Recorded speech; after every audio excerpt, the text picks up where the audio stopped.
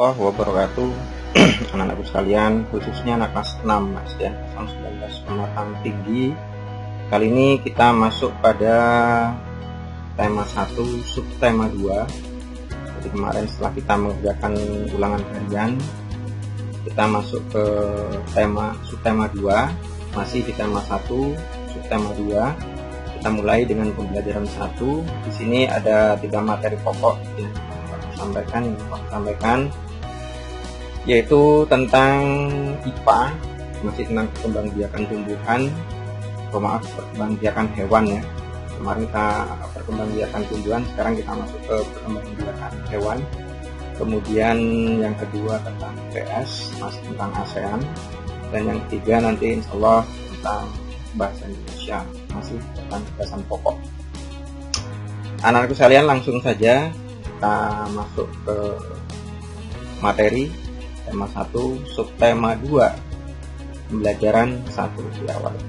Mudah-mudahan hasil ulangan harian kemarin kalian memuaskan. Kita masuk ke materi selanjutnya. Kita mulai dengan perkembangbiakan hewan, materi IPA ya. Perkembangbiakan hewan. Jadi perkembangbiakan hewan ada 3 di sini.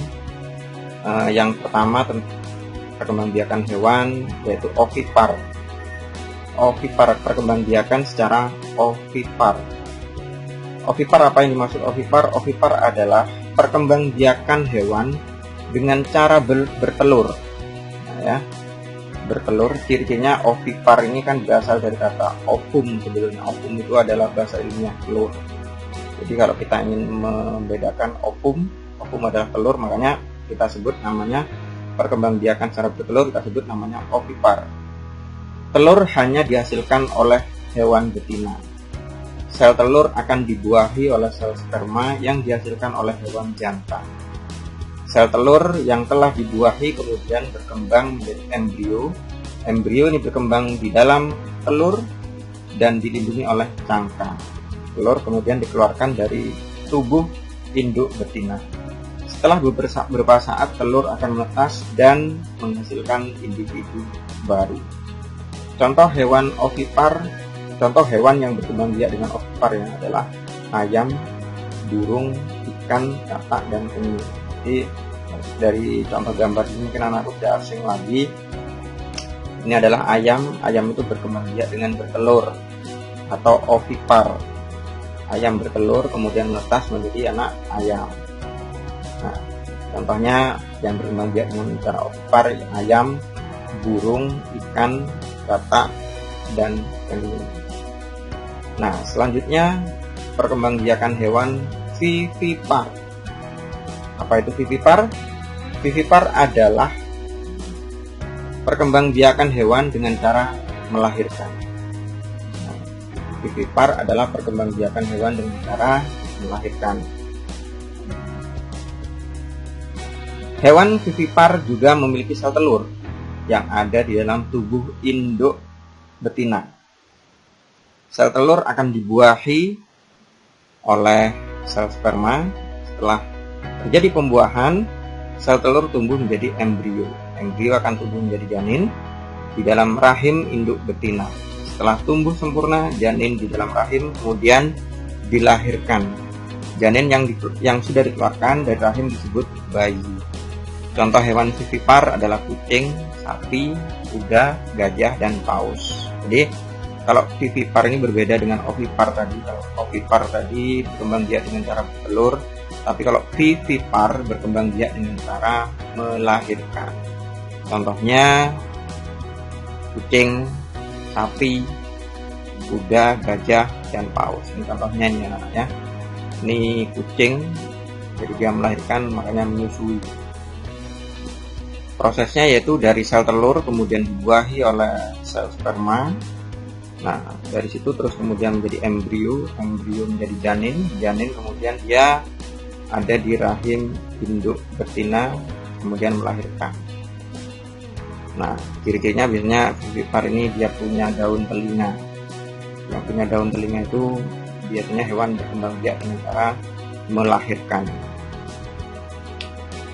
Sekarang yang ketiga yaitu berkembang biak dengan cara ovovivipar. ovovivipar. Ovovivipar. Jadi ini dua-duanya ini. Dia berkembang biak dengan bertelur, melahirkan, bertelur, melahirkan. Nah, ovovivipar adalah perkembangbiakan hewan dengan cara bertelur dan melahirkan. Jadi dua-duanya bertelur, melahirkan. Nah, bagaimana prosesnya? Sel telur induk betina akan dibuahi oleh sperma dari induk jantan. Setelah sel telur dibuahi, embrio akan tumbuh di dalam selaput yang akan menjadi cangkang telur. Telur akan tumbuh membesar di dalam tubuh induk betina. Embrio di dalam telur berkembang di dalam di dalam tubuh induknya. Jika sudah saatnya, telur akan menetas di dalam tubuh induk. Kemudian bayi akan keluar dari tubuh induknya. Contoh hewan ovovivipar adalah ikan pari, kuda laut, bunglon, dan ular kucuk.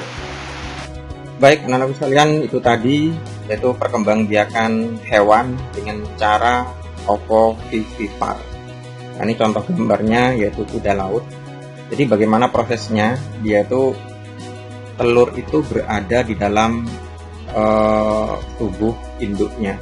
Jadi sel telur itu dibuahi di dalam tubuh induknya, kemudian telur tadi membesar dalam cangkang tadi kan, masih dalam cangkang, kemudian dia dikeluarkan ketika sudah besar, kemudian dikeluarkan. Jadi telur itu ada di dalam tubuh induknya.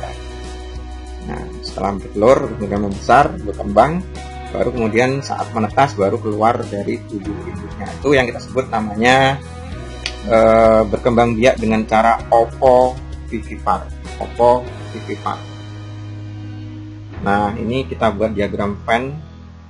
Diagram Venn itu adalah persamaan dan perbedaan. Diagram Venn cara perkembangbiakan hewan. Nah, ini vivipar itu adalah, tadi masih ingat, vivipar yaitu berkembang biak dengan cara melahirkan. Kemudian kalau ovipar berkembang biak dengan cara bertelur. Nah, di sini ada irisannya di sini. Yang di tengah-tengah ini itu dua-duanya bertelur dan melahirkan. Contoh vivipar. Vivipar itu hanya melahirkan saja. Ini ada sapi, ada kucing, ada ikan paus. Nah, ini semua vivipar, melahirkan. Terus kemudian ovipar. Ovipar ini bertelur saja. Contohnya burung elang, ayam, kura-kura atau penyu. Ya. Nah, di sini ada yang bertelur melahirkan. Jadi bertelur juga melahirkan. Itu kita sebut namanya ovovivipar, namanya hiu, kuda laut. Kemudian ini iguana ya, iguana. Jadi teman-teman sekalian, perkembangbiakan hewan ada 3 cara, yaitu dengan cara vivipar melahirkan, ovipar dengan cara bertelur, ovovivipar dengan cara bertelur melahirkan. Nah, sekarang manfaat perkembangbiakan hewan secara ovipar dan vivipar. Manfaatnya apa? Manfaat perkembangbiakan hewan dengan cara ovipar, yang pertama, embrio terlindungi oleh cangkang sehingga terhindar dari guncangan atau benturan. Nah, ini ya kalau yang bertelur ya, secara ovipar bertelur, embrio itu dilindungi oleh cangkang sehingga terhindar dari guncangan atau benturan.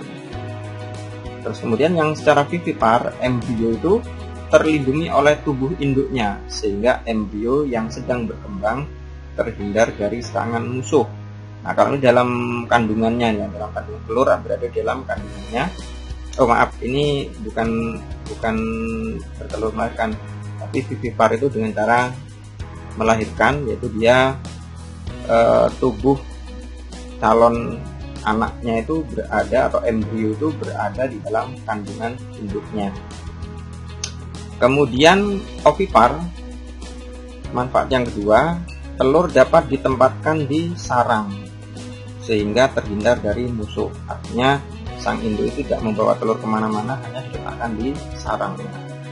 Kalau vivipar, saat embrio berkembang menjadi janin, kebutuhan makanan dijamin oleh induknya karena dia sang embrio tadi mendapat asupan makanan dari tubuh induknya. Jadi terjamin. Kalau di sini telur ini hanya diletakkan di sarangnya, di sarang. Kalau ini ada di kandungannya ya. Sekarang menentukan perkembangbiakan hewan di sekitar. Nama hewannya misalnya di sini ayam.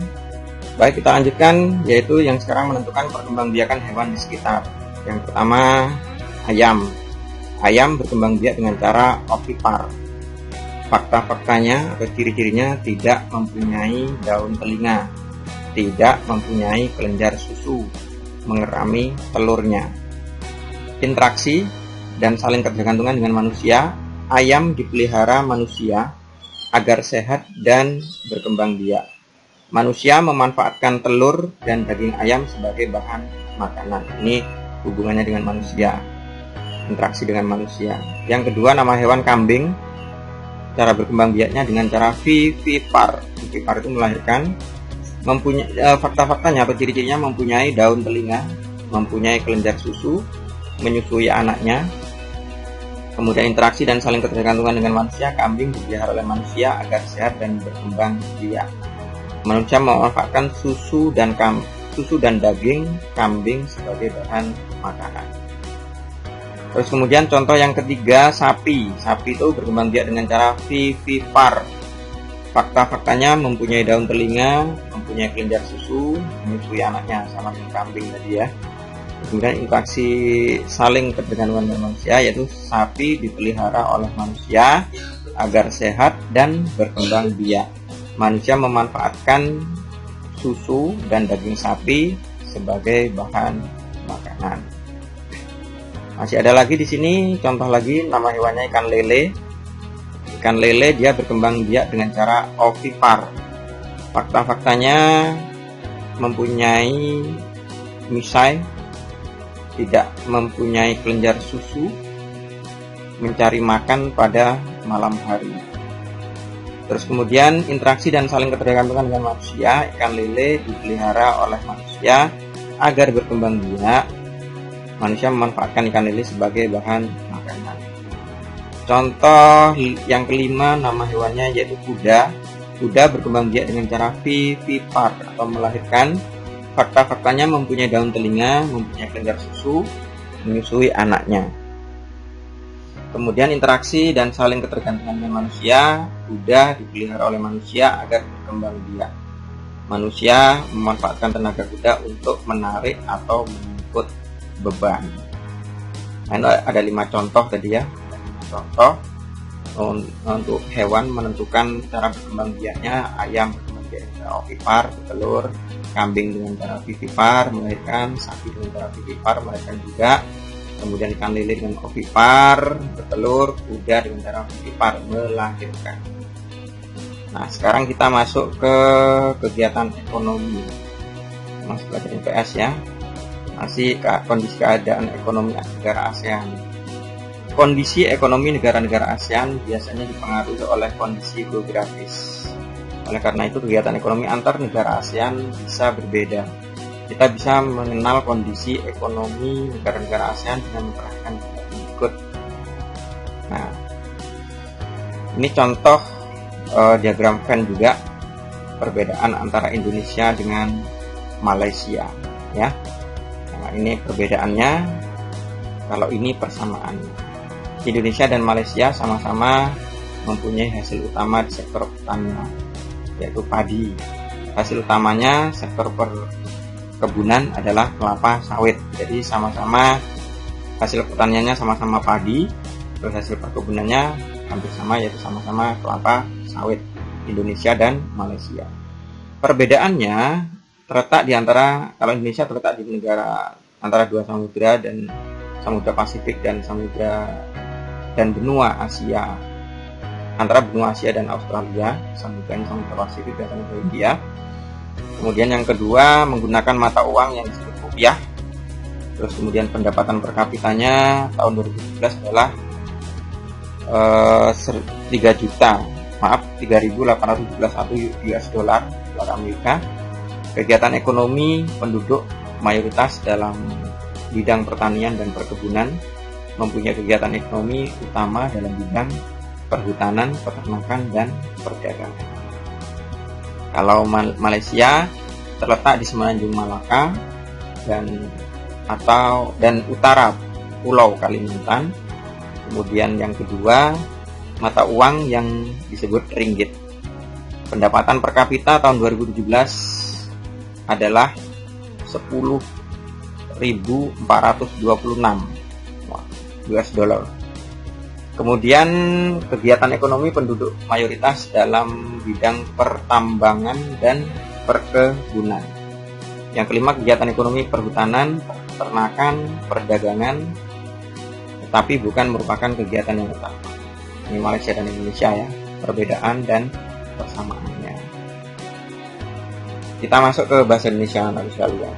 Masih menentukan gagasan pokok pada teks yang dibacakan. Kalau kemarin kita belajar tentang gagasan pokok, menentukan gagasan pokok dari teks bacaan, kemudian menentukan gagasan pokok dari teks laporan, dan menentukan gagasan pokok dari sebuah laporan hasil penelitian.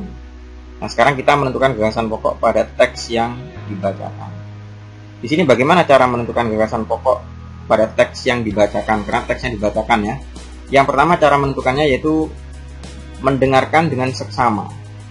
Dengan seksama itu dengan cermat ya. Kita perhatikan betul-betul itu, kita simak betul-betul, itu namanya dengan seksama. Mendengarkan dengan seksama setiap kalimat dari teks yang dibacakan.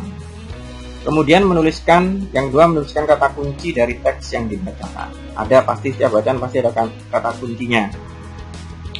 Kemudian yang ketiga menentukan kalimat pokok paragraf.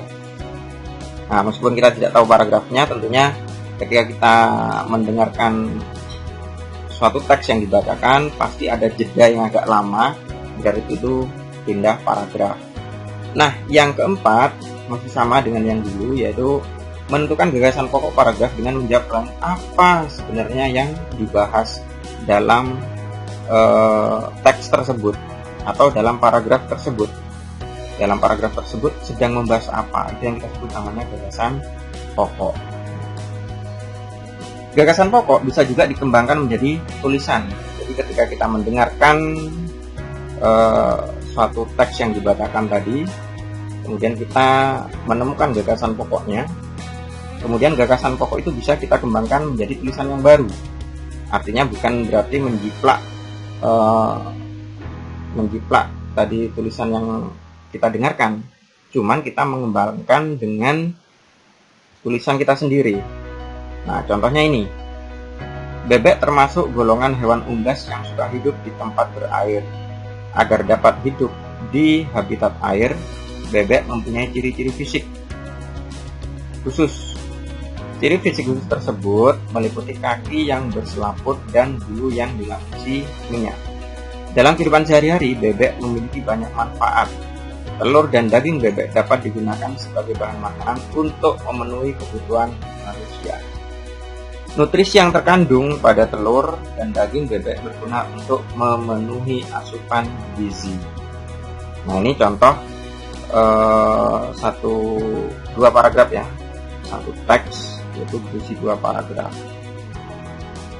Alhamdulillah anak-anak sekalian sudah selesai untuk pembelajaran 1 kali ini. Pembelajaran 1 tema 1 subtema 2. Nah, ini sedikit lupa anak-anak sekalian, mungkin dari awal kalian melihat penampilan Pak Mus agak beda hari ini, karena kalau biasanya tidak pakai penutup kepala, ini pakai penutup kepala. Jadi di sini sekalian Pak Mus kenalkan sama anakku. Ini adalah Pak Mus menggunakan pakaian adat Melayu, ya, pakaian adat Melayu Riau. Nah, ini baju Melayunya ya. Kemudian ini ikat kepala namanya tanja. Mungkin bagi anak-anak sekalian yang sukunya suku Melayu mungkin tidak asing lagi dengan penampilan seperti ini, karena pakaian adat seperti ini sudah biasa dipergunakan oleh suku adat Melayu, biasanya untuk acara pernikahan, untuk acara keagamaan, atau mungkin upacara-upacara adat ya, upacara-upacara adat, pernikahan, mungkin acara-acara keagamaan yang sifatnya itu mengarah ke acara adat. Anak-anak sekalian, mungkin itu saja yang bisa Pak Mus sampaikan pada pembelajaran kali ini. Selamat belajar. Jangan lupa untuk mengerjakan tugasnya masih di buku tema yang nanti Pak Mus share. Terus kemudian dituliskan di buku tulis. Setelah itu diunggah di Classroom. Terima kasih banyak atas perhatiannya. Selamat belajar dan sukses selalu untuk anak kalian. Pak Mus akhiri dulu. Wabillahi taufiq wal hidayah. Wassalamualaikum warahmatullahi wabarakatuh.